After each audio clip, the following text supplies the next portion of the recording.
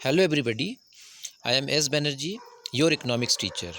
Today we discuss on the chapter of employment and unemployment.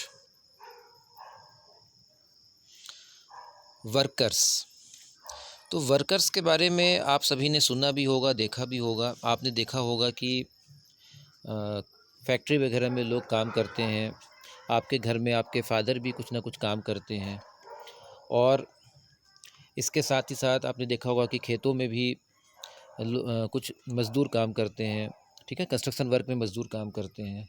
तो ये जो लोग काम करते हैं बदले में वो क्या मिलता है, उन्हें उन्हें कुछ पेमेंट मिलती है, जिसको आप क्या कह सकते हैं, जैसे कि सैलरी हो सकता है, वेजेस हो सकता है, फ़ीस हो सकता है। इस फॉर्म में वो क्या करते हैं, पैसा अर्न करते हैं। तो अर्निंग के पर्पज़ से जो करने वाले जो लोग होते हैं उन्हें वर्कर कहते हैं। So we can say that worker is a person who engage in a work to earn a living.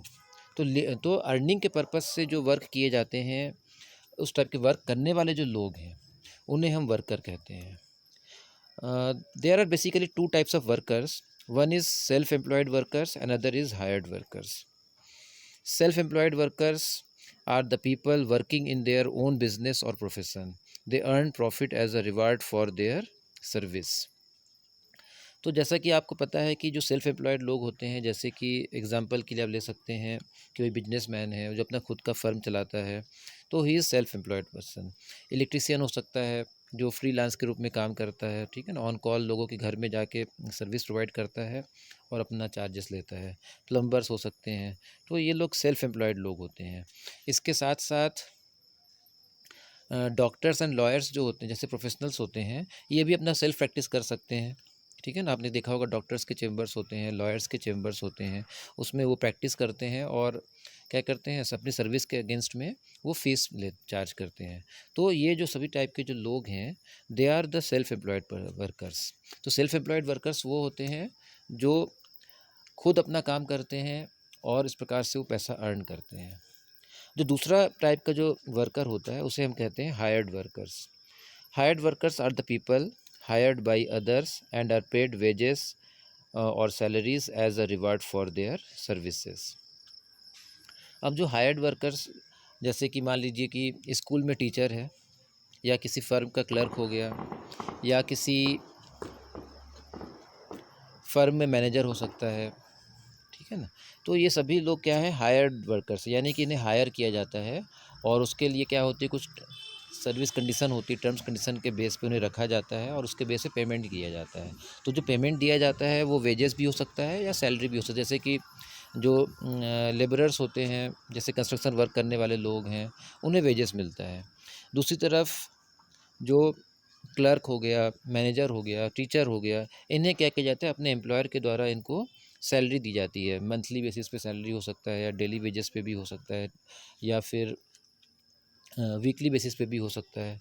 ठीक है ना। तो ये एक फ़िक्स सैलरी उनकी रहती है। ठीक है ना, उसके मतलब बेसिस पे वो काम करते हैं और अपना सैलरी लेके अर्निंग करते हैं। Now the hired workers are two types. One is called the casual workers, another is the regular workers. Casual workers are likely daily wagers, not on permanent roles of the employer and not entitled to social security benefits. अब ये जैसे कि आपने सुना होगा, दैनिक वेतनभोगी कर्मचारी वगैरह जो होते हैं, इन्हें हम कहते हैं कैजुअल वर्कर कहते हैं। इन्हें क्या किया जाता है कि डे बेसिस पे इन्हें वर्क किया जाता है, मतलब पर डे के हिसाब से इनका हिसाब बनता है, उस हिसाब से उनको पेमेंट किया जाता है।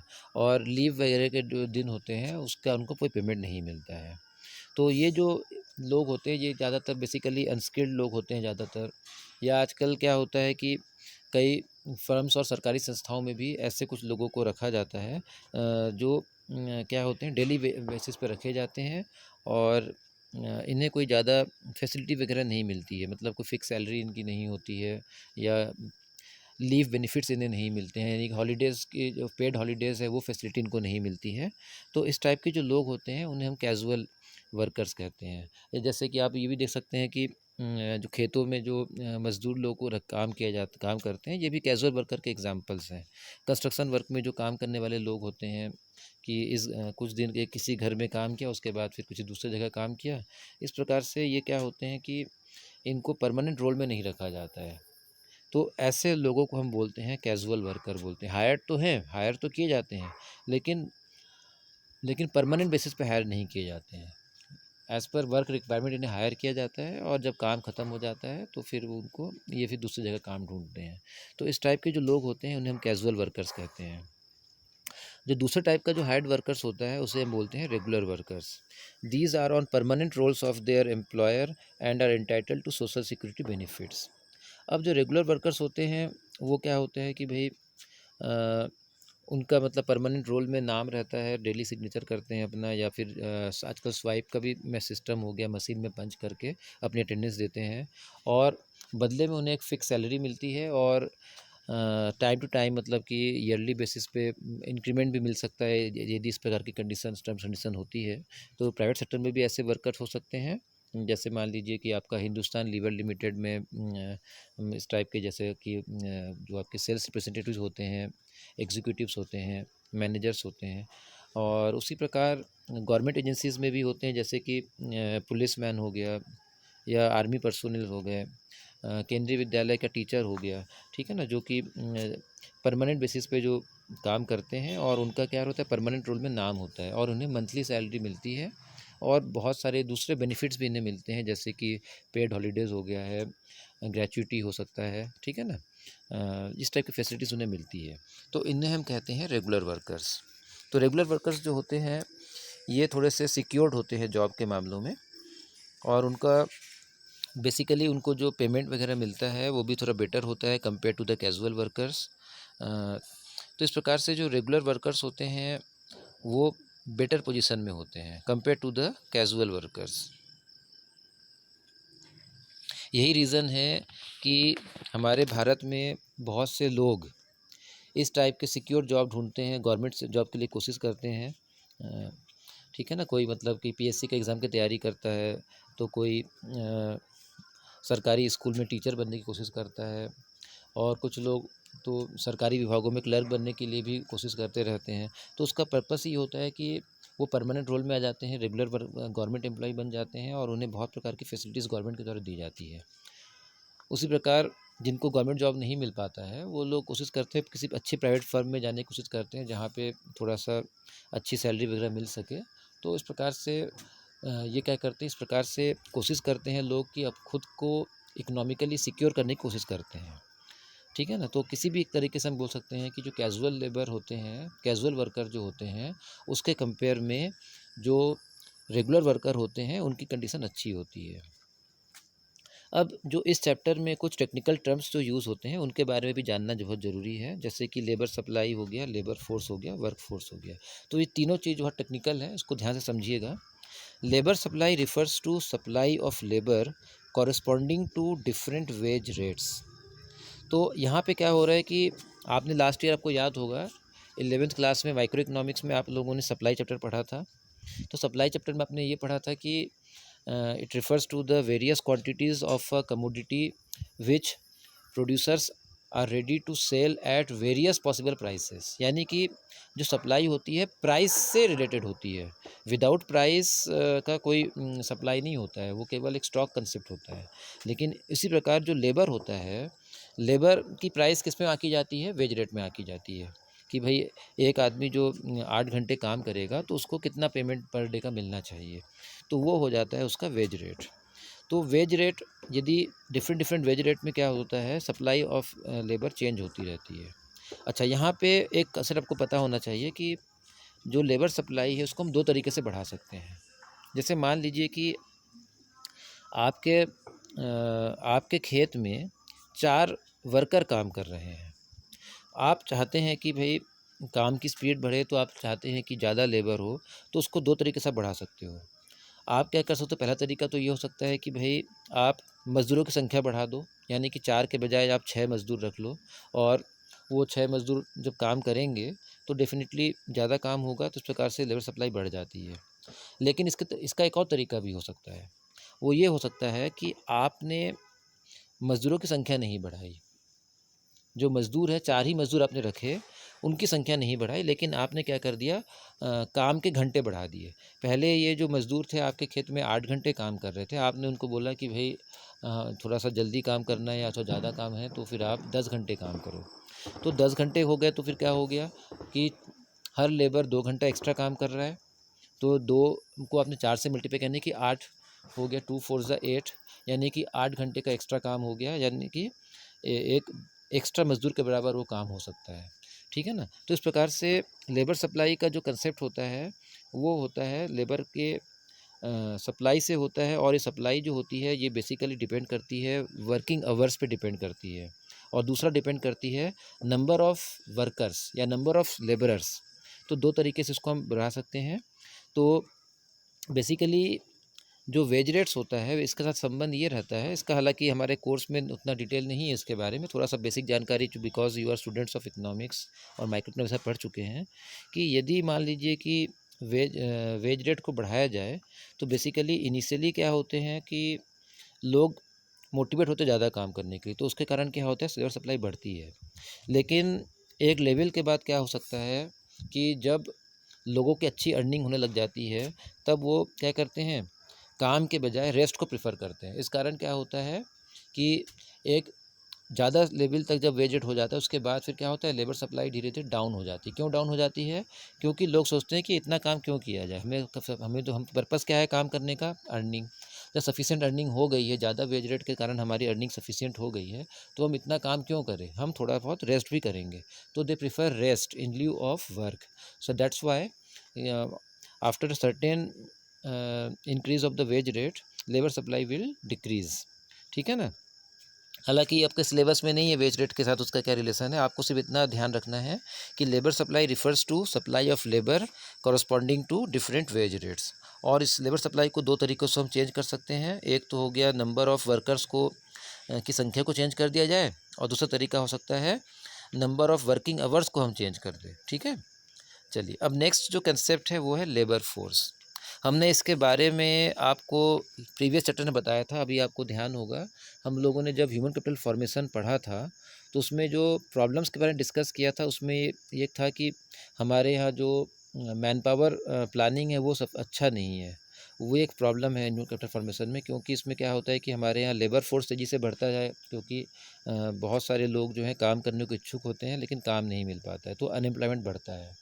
तो अब यहाँ पे वो टर्म हमने वहाँ पढ़ा था, लेकिन लेबर फोर्स एक्चुअली होता क्या है उसका बारे में हम आज डिस्कस कर रहे हैं इस चैप्टर में। So labour force refers to the number of workers actually working और willing to work. Labour force refers to the number of workers actually working और विलिंग टू वर्क। तो यहाँ पे ऐसे लोग होते हैं जो या तो काम कर रहे हैं, दूसरा काम यदि इन्हें नहीं मिला है तो ऐसे लोग भी इसमें प्लस हो जाएंगे जो काम ढूंढ रहे हैं। तो अब हमारे यहाँ क्या है कि भाई बहुत सारे लोग ऐसे होते हैं जो काम ढूंढते हैं, अब उनमें से कुछ लोगों को काम मिल जाता है लेकिन सबको काम नहीं मिल पाता है। कारण क्या होता है कि भाई यहाँ पे हमारे यहाँ जॉब के अपॉर्चुनिटी कम है, उसके कंपेयर में जो जॉब ढूंढने वाले लोग जो हैं वो बहुत ज़्यादा होते हैं। तो ये दोनों की संख्या जो हम प्लस कर देते हैं, जो एक्चुअल में वर्क कर रहे हैं और जिन्हें वर्क नहीं मिला लेकिन वो वर्क करने चाहते हैं यानी कि वर्क ढूंढ रहे हैं, उन दोनों की संख्या को जो हम प्लस कर देते हैं तो पूरा जो एंटायर जो नंबर होता है उसको हम बोलते हैं लेबर फोर्स बोलते हैं। अब चूँकि हमारी इंडिया की पॉपुलेशन ज़्यादा है तो इस कारण डेफिनेटली हमारे यहाँ लेबर फोर्स भी ज़्यादा होता है। ठीक है ना? क्योंकि सभी को फिर एक स्टेज के बाद एक एज के बाद क्या करना होता है, अपने अर्निंग के लिए कुछ ना कुछ काम ढूंढना पड़ता है। Next concept is work force. Work force refers to the number of persons actually working and doesn't account for those who are willing to work but not working। तो यहाँ वर्कफोर्स में क्या हो गया, वर्कफोर्स में केवल वही लोग आते हैं जो एक्चुअली में वर्क कर रहे हैं, यानी कि टोटल नंबर ऑफ़ वर्कर्स जो क्या कर रहे हैं, या तो वो सेल्फ एम्प्लॉयड वर्कर्स है या हायर्ड वर्कर्स हैं। तो ऐसे लोग जो हैं यानी कि जो एम्प्लॉयड हैं उन लोगों की जो संख्या होती है उसको हम बोलते हैं वर्कफोर्स। तो हमारे यहाँ वर्कफोर्स कितना है, उसका गणना करने का तरीका ये होता है कि भाई जो हम क्या करते हैं, डिफरेंट डिफरेंट फर्म्स और ऑर्गेनाइजेशन से हम देखते हैं कि वहाँ कितने लोग काम में लगे हुए हैं, इस टाइप की डेटा कलेक्ट करते हैं और इससे हमें समझ में आता है कि कितना हमारा वर्क फोर्स है। और ये वर्क फोर्स में जब हम ऐड कर देते हैं ऐसे लोगों को जो वर्क तो नहीं कर रहे हैं लेकिन वर्क ढूंढ रहे हैं, काम ढूंढ रहे हैं, तो वो बन जाता है लेबर फोर्स। तो लेबर फोर्स और वर्क फोर्स में ये बेसिक डिफरेंस है। अब अनएम्प्लॉयमेंट आपको यदि पता करना है कि इंडिया में कितना अनएम्प्लॉयमेंट है, तो आपको क्या करना होगा, फॉर्मूला सिंपल है, labour force minus work force. तो लेबर फोर्स की संख्या यदि डेटा मिल जाता है और वर्क फोर्स का भी एग्जैक्ट डेटा यदि मिल जाता है आपको डेटा कलेक्शन के माध्यम से, तो यदि आप लेबर फोर्स में से वर्क फोर्स की माइनस कर देंगे, सब्ट्रैक्ट कर देंगे, तो जो भी संख्या मिलेगी वो हो जाएगा total number of unemployed in our country. तो इससे हम क्या कर सकते हैं, अनएम्प्लॉयमेंट कितना हमारे यहाँ है उसको एस्टिमेट कर सकते हैं। तो हमारे यहाँ जो लेबर ब्यूरो है, लेबर डिपार्टमेंट है और जो हमारे यहाँ डिफरेंट डिफरेंट स्टैटिस्टिकल ऑर्गेनाइजेशंस हैं, ये क्या करते हैं, बीच बीच में इस टाइप के सर्वे करके क्या करते हैं, labour force, work force and unemployment का डेटा कलेक्ट करते हैं और उसके बेस पे हम ये पता करते हैं कि हमारे यहाँ कितना अनएम्प्लॉयमेंट की प्रॉब्लम है। बेसिकली ये एक चैलेंज है इंडियन इकोनॉमी के लिए, राइजिंग अनएम्प्लॉयमेंट जो है ये बहुत बड़ा बिग चैलेंज हमारी इंडियन इकोनॉमी के लिए है। ठीक है ना, तो आई थिंक आपको ये चीज़ समझ में आ गया है, बहुत इंपॉर्टेंट है। Labour supply, labour force, work force, ये तीनों को आप बाय हार्ट कर लीजिए। ये कंसेप्ट आपको क्लियर होना चाहिए, तब आपको समझ में आएगा। अब एक फार्मूला आप देख लीजिए, इसके बाद एक फार्मूला दिया हुआ है, rate of participation equal to total work force upon total population multiple by 100। तो यहाँ पे क्या है कि वर्क फोर्स यानी कितने लोग काम कर रहे हैं हमने देख लिया, और कितना हमारा एक्चुअल पॉपुलेशन है, दोनों का रेशियो निकाला और रेशियो निकालने के बाद उसको 100 से मल्टीप्लाई कर दिया। तो ये समझ में आता है कि हमारे इंडिया में या किसी भी कंट्री में कितना पार्टिसिपेशन रेट है। तो पार्टिसिपेशन रेट यदि हायर होता है, इसका ये मतलब क्या है कि देश में ज़्यादातर लोग क्या है, काम में लगे हैं, एंगेज हैं, यानी कि हमारे यहाँ जो पोटेंशियल आउटपुट है वो ज़्यादा होगा, क्योंकि ज़्यादातर लोग काम में लगे हुए हैं, यानी ह्यूमन कैपिटल जो है हमारा है, या ह्यूमन रिसोर्स जो है उसका हम प्रॉपर यूटिलाइजेशन कर रहे हैं। लेकिन मान लीजिए कि हमारे यहाँ पॉपुलेशन कंपेयर में वर्कफोर्स यदि कम है, तो उसका ये मतलब है कि पार्टिसिपेशन रेट कम है, तो जो बचे हुए लोग हैं वो क्या है, they are called the dependent persons, dependent population. तो यदि डिपेंडेंट पॉपुलेशन ज़्यादा है तो इसका मतलब क्या है कि हमारे इकोनॉमी पे ये बहुत बड़ा बर्डन बन जाता है। इसलिए जो वर्कफोर्स का कंसेप्ट है और जो पार्टीशन रेट का कंसेप्ट है वो बहुत ही इम्पोर्टेंट है। तो ये आप लोग अच्छे से समझिएगा इनको।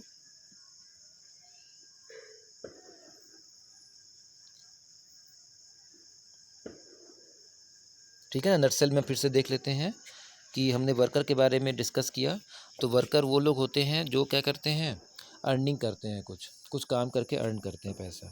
ठीक है ना, ये दो टाइप के होते हैं, सेल्फ एम्प्लॉयड जो अपना खुद का काम करते हैं, जैसे कि लॉयर्स हो सकते हैं, डॉक्टर्स हो सकते हैं, फिर आपका बिजनेसमैन हो सकता है। ठीक है ना, तो ये क्या करते हैं, अपने रिवार्ड में ये लोग फ़ीस ले सकते हैं, प्रॉफिट ले सकते हैं। जो कॉमर्स के स्टूडेंट्स हैं, आपको याद होगा कि 11th क्लास में बिजनेस स्टडीज़ में आप लोगों ने पढ़ा था कि जो एक्टिविटी होती है अर्निंग करने के लिए, उसमें एक प्रोफेशन होता है। प्रोफेशन में क्या किया जाता है, जिसमें कि जैसे कि लॉयर हो गया, चार्टर्ड अकाउंटेंट हो गया और फिजिशियंस हो गए, डॉक्टर्स हो गए। तो ये लोग क्या करते हैं, सर्विस के अगेंस्ट में फ़ीस लेते हैं। तो ये भी इकोनॉमिक्स में क्या माने जाएंगे, सेल्फ एम्प्लॉयड माने जाएंगे, क्योंकि वो खुद का काम कर रहे हैं। और दूसरी तरफ क्या होता है, जो बिजनेसमैन होते हैं, खुद का बिजनेस करते हैं, वो क्या करते हैं, वो प्रॉफिट अर्न करते हैं। ठीक है, तो इस प्रकार से प्रॉफिट इनका पार्ट हो जाता है। और जो दूसरे टाइप के जो वर्कर्स हैं, जो अर्न करने के लिए क्या करते हैं, किसी दूसरे फर्म में काम करते हैं या किसी आदमी के अंडर में काम करते हैं जिसने उसको क्या किया है, हायर किया है, और बदले में क्या करते हैं, वो वेजेस या सैलरी अर्न करते हैं। ये दो टाइप के हो जाते हैं, जैसे कैजुअल हो गया, रेगुलर वर्कर हो गया। ठीक है ना, तो ये बेसिक चीज़ें हो गई। उसके बाद आपका लेबर फोर्स, वर्क फोर्स और लेबर सप्लाई, ये कंसेप्ट हो गया। इनको आप लोग बाय हार्ट कीजिए। यदि फिर भी आपको यदि कुछ चीज़ें समझ में नहीं आती है तो आप मुझे पूछ सकते हैं। ठीक है, you are most welcome, doubts are always welcome from your side. Okay, thank you and have a nice day.